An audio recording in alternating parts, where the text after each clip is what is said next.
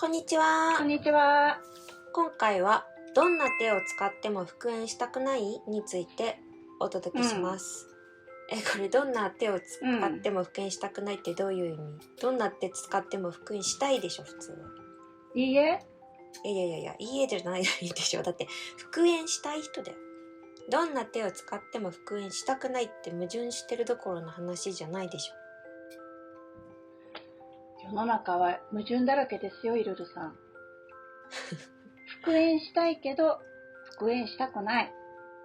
正直見に来てくださっている人の結構多くが実は復縁したくないんじゃないんですかね。そんなわけないじゃん。そんなわけあるんですよ、イルルさん。褒め連はマジでたくさんご相談いただくんですけど、復縁したいっていうご相談内容を読み終えると、めぐるはいつもそんなに復縁したくないのかと思ってしまうわけです。どんなところで思うの？一言で言えば、いろんなことを持ち出して自ら復縁を阻止するという感じですね。いろんなことを持ち出す。はい。例えば、褒め連に届くご質問の中で、パラレルワールドに関連するものをいただくことがあるんですね。で、これ結構多いんですよ。パラレルワールドへの疑問って、こういうことだよね。例えば、A さんは B さんと復縁したいと思って、B さんとラブラブな毎日と思いを決めていました。でも B さんは C さんを好きみたいで、C さんとラブラブな毎日と思いを決めていました。この場合 B さんは A さんと C さんどちらとラブラブになるのでしょうか？そうだね、そんな感じです。はい、このパラレルワールドの結論としてはどうなるの？ A さんは B さんとラブラブになると決めればラブラブになります。B さんは C さんとラブラブになると決めればラブラブになります。でもそれだとさ B さんが何人もいることになっちゃうじゃん。そうだよね。というよりもA さんは A さんの解釈で A さんの世界を作っている。B さんは B さんの解釈で B さんの世界を作っているとなるわけです。だから A さんは復縁したい B さんとラブラブと決めたら A さんの世界では B さんとラブラブになります。で B さんは C さんに惹かれてラブラブと決めたら B さんの世界では C さんとラブラブになるっていう感じなんですね。そんなことあり得る？あり得るも何も、パラレルワールドってそもそも平行世界っていう意味なので、そういうことにしかならないんですね。でもそれってそう思うからそうなるを突き詰めても同じだね。そうです。自分が思うことが現実に反映されるなら、それぞれの思うが現実に反映されなきゃおかしいじゃん。でも今そんな話をしてるわけじゃないんですね。そっか、そうだね。相談者さんの話に戻ると、要は大好きな B さんが私以外の C さんに惹かれてうまくいっちゃったら私はどうなるのっていうご相談が多いよね。そうです。だから大好きな B さんは C さんとくっついちゃってるかもしれないけど、あなたの世界では B さんとくっついていますよっていう、結論にしかならないんですけど、別にこの動画はパラレルワールドを信じてもらうための動画ではないんですよ。パラレルワールドを信じるか信じないかは超どうでもいい話なんですね。本質は全然そこにはないんです。ここに気づくかどうかなんですね。どういうこと？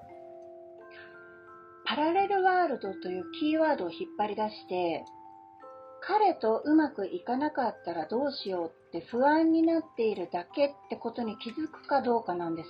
わかります？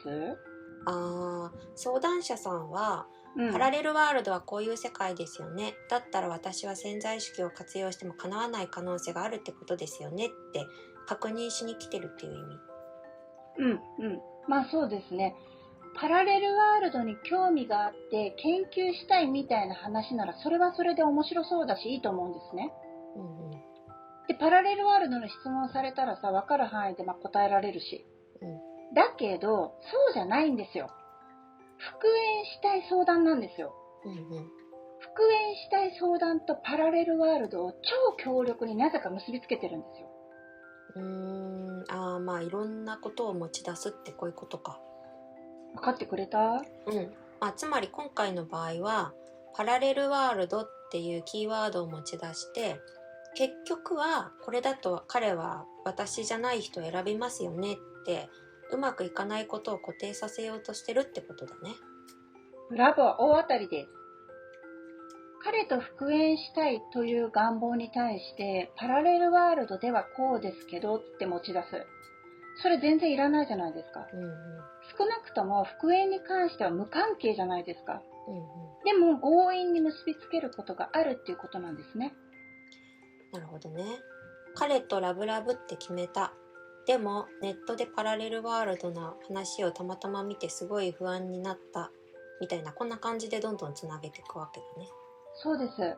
あとついでに言うと、パラレルワールドを理解しないと叶わないみたいな、これまた謎の条件を持ち出して願望にくっつけ始めるので、そこもどうでもいいことですよね。つかパラレルワールドがなんでそもそも復縁と関係あるんだよって、そこに立ち返ってほしいです。復縁したい人がいるなら、太郎くんとラブラブな毎日っていうその復縁した後の楽しいところに思いを定めて、あとは普通に生活してねって、ただそれだけの話だよね。そうです。無関係なことを持ち出してくっつけて、挙句の果てにはそれが分からなきゃ叶わないって、復縁からなぜか遠回りしかしないようなことをし始める。ここに今気づいてくださいねって思います。なるほどね。まさに復縁したいのに復縁したくないじゃん。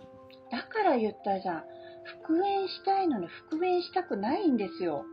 そうとしか言えないことはたくさんあります。言っときますけど、パラレルワールドを否定してるわけでもないんですね。めぐるこの手の話大好物だから。そうではなくて、自分が彼とうまくいくこととパラレルワールドが無関係すぎることに気づいてねってことです。そうですね。今回はパラレルワールドを例に挙げたけど、別にそれじゃなくても他にもいっぱい持ち出す要素あるってことだよね。あります。そこもポイントです。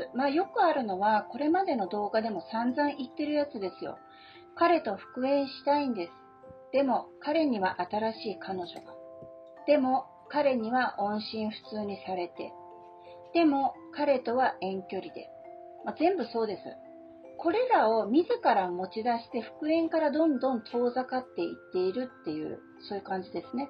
そうだよね。復縁したいんです。でもって自分でわざわざ叶わなくするような理由を引っ張ってくるわけだね。そうですよ。彼と復縁したい。そうですか。なら彼とラブラブって先の先を決めるといいですね。褒め連ではそれしか言ってないのに、わざわざうまくいかなそうなことを引っ張り出してくると。自分だけが復縁を強力に阻止している。目覚めなさいっていうか、怪しい世界に目覚めようなんて言ってるわけじゃないんですよ。自分がわざわざうまくいかなくする要素をかき集めて持ち出してきて、うまくいかないって叫ぶのをやめろって、普通の世界で考えてもめちゃめちゃ当たり前のことを言ってるんですよ。そうだよね。そうですよ。持ち出し厳禁。復縁したいならさっさと思いを決めて、とっとと仲良くなってねって感じです。持ち出し厳禁。不都合なことをね、わざわざ自分から持ち出さないですね。はい。